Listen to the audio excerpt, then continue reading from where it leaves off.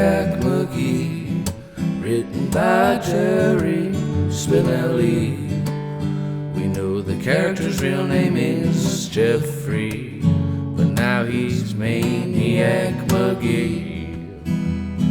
Maniac Magee, Maniac Magee, Maniac Magee.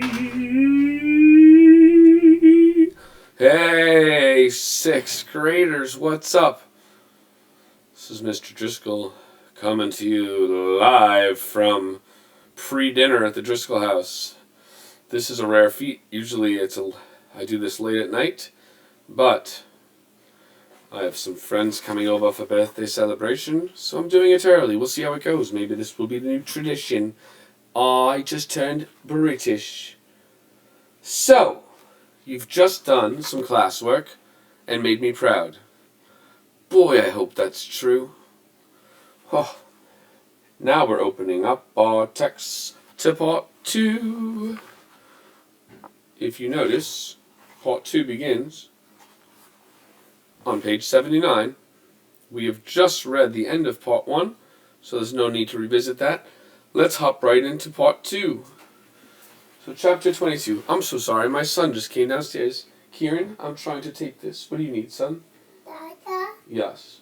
Can you type in 5 little ducks jumping on the bed? Yes, let me tell these guys to hold. Hold, please. I'm going to pause this. Chapter 22, page 79. If you were the baby buffalo at the Elmwood Park Zoo, maybe it would have gone something like this. You wake up. You have breakfast, compliments of mother's milk. You mosey on over to the lean-to. Surprise! A strange new animal in there. Bigger than you, but a lot smaller than Mom. Hair, but only on the top of its head. Sitting in the straw, munching on a carrot, like Mom does. Every morning, same thing. You get to expect it. Some mornings, you forget Mom's milk and head right on over to the lean-to. The creature offers you a carrot, but all you know how to deal with is milk. You nuzzle the new, funny-smelling, hairy-headed animal. It nuzzles you back. Mom doesn't seem to mind. After the nuzzling, the stranger climbs over the fence and goes away, not to return until that night. Only one morning, the stranger falls from the fence and lies on the ground. On the other side, it doesn't move. You try to poke your nose through the chain links, but you can't reach. You can only watch. Only watch. What the heck is going on? Top of page 80, first indentation. The old man was bumping through the zoo, in the park pickup, when he spotted the body clumped outside the buffalo pen. He wheeled over, got out. A kid? At first, he could only stare at the body and at the baby bison, whose large brown eyes seemed to be watching them both. The mother came lumbering over, nodding as if to confirm, a kid. The kid looked terrible. His clothes were scraps, rags. Wherever his body showed through, it was bony and dirty and scratched. The two bison, staring, seemed to say, well, do something. The old man gathered his own bones and muscles as best he could, and managed to hoist the kid and get him into the pickup. He laid him on the seat, bent his legs so he could close the door. He knew he should take the kid straight to the hospital, or a doctor, someplace official, someplace right. But the pickup just sort of steered itself back to the bandshell, and there he was, lugging the kid into the baseball equipment room. The season was over by now, but the army green burlap bag still stood ready for the next ump to call. Play ball! He yanked out a couple of chest protectors and laid the kid down, carefully with his head. At least he was breathing. Though it wasn't cold, it seemed as if the kid ought to be covered. So the old man took his winter work jacket off the hook and laid it over him. Then he waited. Then he watched. With trembling, dusty fingers, he touched the kid's limp, scrawny hand. He had never held had never really touched a kid's hand before. "Hey," the kid's voice was barely a squeak. "Hey." But it threw him back. He dropped the hand. "Where am I?" The old man cleared his throat.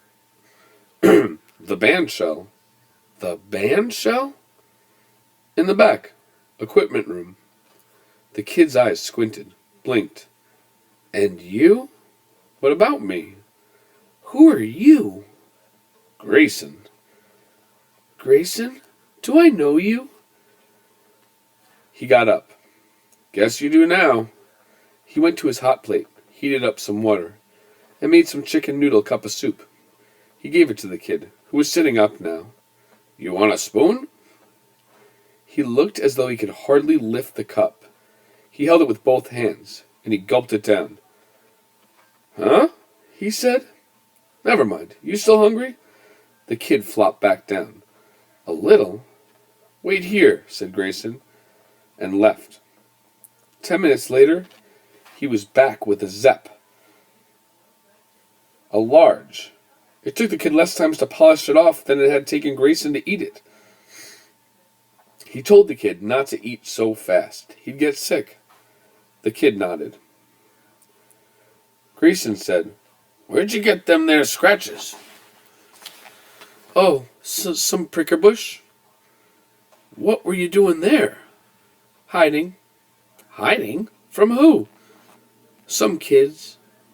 "Where?" The kid pointed. "Somewhere out there. Some other town." He crossed his legs, Indian style, on the chest protector. "Can I ask you a favor?" "Shoot." "Can we go somewhere and get some butterscotch crimpettes?" Grayson squawked. "Crimpettes? You still hungry?" "For them I am." Grayson threw the greasy Zepp wrapper into the wastebasket. "I don't know, maybe you ought to do something for me first." "Like what?" "Like, tell me your name." "It's Jeffrey Magee." "And where you live?" "Well, I did live on Sycamore Street, 728. "Did?" "I guess I don't anymore." "You said Sycamore." "Yep." "Ain't that the East End?" "Yep." With his fingernail, he scraped a path of dirt off the kid's forearm. He stared at it. "What are you doing?" the kid asked. "I was seeing if you was white under there." Neither spoke for a while. At last the kid said, "Anything else you want to ask me?" The old man shrugged. "Guess not." "Ah, come on, don't stop asking." "I'm all asked out." "How about the zoo, huh? Don't you want to know what I was doing at the zoo? At the buffalo pen?" The old man sighed. "Okay, what?" "I was living there." "With the buffaloes?" "Yep, with the buffaloes." "You like buffaloes?" "It was dark when I got there. I thought it was the deer pen."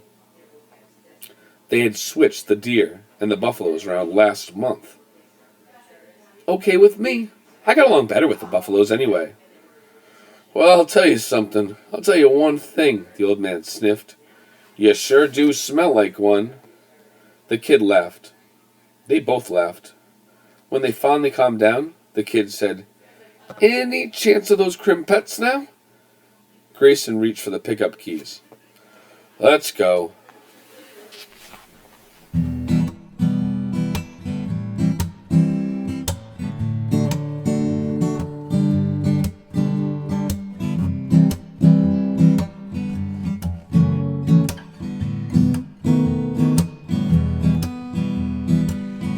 Maniac Magee, written by Jerry Spinelli.